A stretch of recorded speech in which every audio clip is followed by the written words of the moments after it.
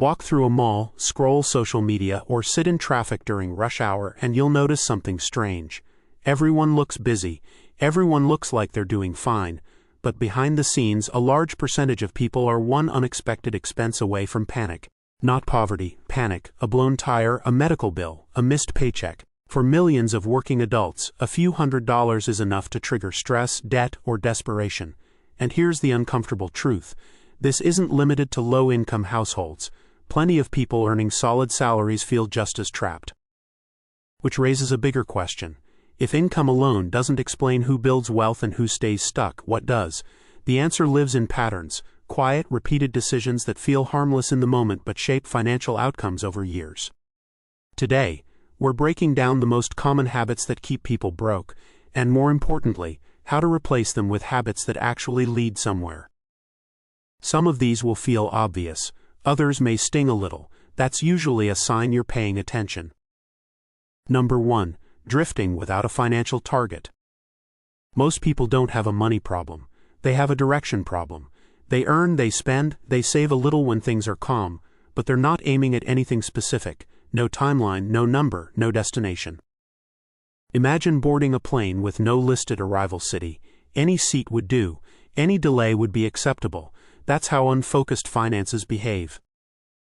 When you don't know what you're working toward, every purchase becomes a coin flip. You're not deciding between progress and delay because progress hasn't been defined. Clarity changes behavior. Someone saving for a down payment doesn't ask, "Can I buy this?" They ask, "Is this worth slowing my goal down?" That single shift filters thousands of decisions automatically. Number 2. Treating emergencies like rare events. Flat tires, medical bills, broken appliances, job disruptions. None of these are shocking, they're routine, yet many people treat them like freak accidents. When there's no financial buffer, normal life events become crises, and crises force bad decisions, high-interest debt, borrowing under pressure, skipping repairs that later cost more. An emergency fund isn't about optimism or pessimism, it's about realism. Life will interrupt you, the only question is whether you'll be ready or reactive. Number 3. Not knowing where the money actually goes. Ask someone how much they spend each month on food, subscriptions, or small daily purchases and you'll often get a guess, not an answer. Money doesn't usually disappear in dramatic explosions, it leaks. A coffee here. A convenience purchase there. 3 subscriptions you meant to cancel months ago. Without tracking, you can't correct anything. Awareness alone often fixes half the problem. When people finally see the numbers, behavior changes almost automatically. You don't need perfection, you need visibility. Number 4. Living only for today and ignoring tomorrow.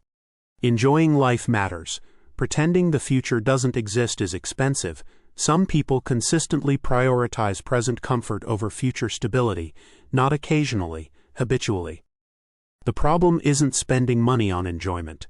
The problem is assuming future you will magically handle the consequences. Number 5. Normalized expensive habits. Some of the biggest financial drains don't feel reckless. They feel routine. Daily takeout, frequent dining out, costly habits that blend into normal life because everyone does it. Individually, they seem manageable. Over years, they quietly consume tens of thousands of dollars. What makes this dangerous isn't the spending itself. It's the disconnect. People often claim they can't afford to invest while simultaneously funding habits that exceed any reasonable investing plan. Awareness turns these trade-offs visible. Number 6. Confusing helpful debt with harmful debt. Debt isn't one thing. It's a category. Borrowing to acquire assets that grow income or value is fundamentally different from borrowing to consume things that immediately depreciate. The danger comes when people lump all debt together, or worse, treat consumer debt as harmless because it's common. Interest doesn't care about intent. Destructive debt extracts future effort for past consumption, and the longer it lingers, the fewer options remain. Number 7. Spending to signal success instead of build it.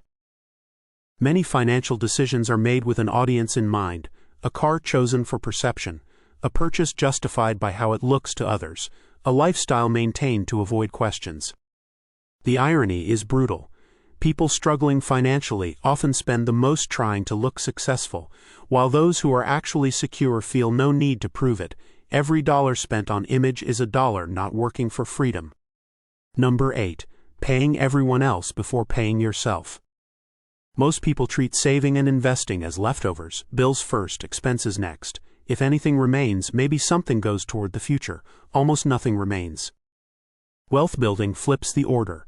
A portion of income is claimed immediately for savings and investments, not later, not if it's convenient. This forces creativity elsewhere. Expenses adapt, lifestyle inflation slows, progress becomes automatic instead of aspirational.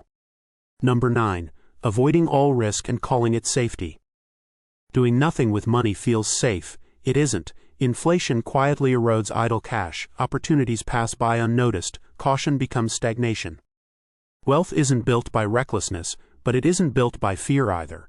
It's built by understanding risk, managing it, and accepting that standing still carries risk too. The biggest danger often isn't losing money, it's never letting it grow. Number 10.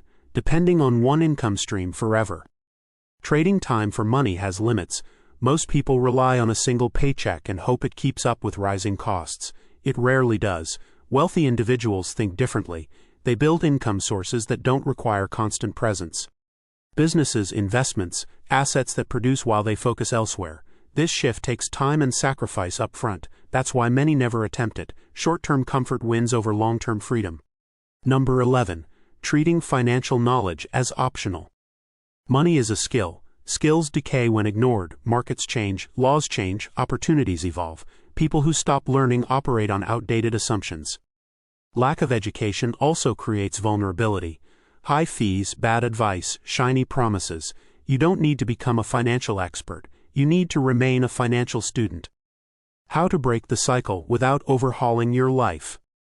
This isn't about changing everything at once. Pick one area, just one. Define a clear goal. Build a small buffer. Track spending for a month. Automate one transfer. Learn one concept. Momentum compounds faster than motivation. The people who escape financial stress aren't extraordinary. They simply replace damaging habits with better ones and repeat them long enough for the math to work. Your past choices don't lock in your future. Your next ones do. The real question isn't whether these principles work. It's whether you'll apply them consistently while most people don't.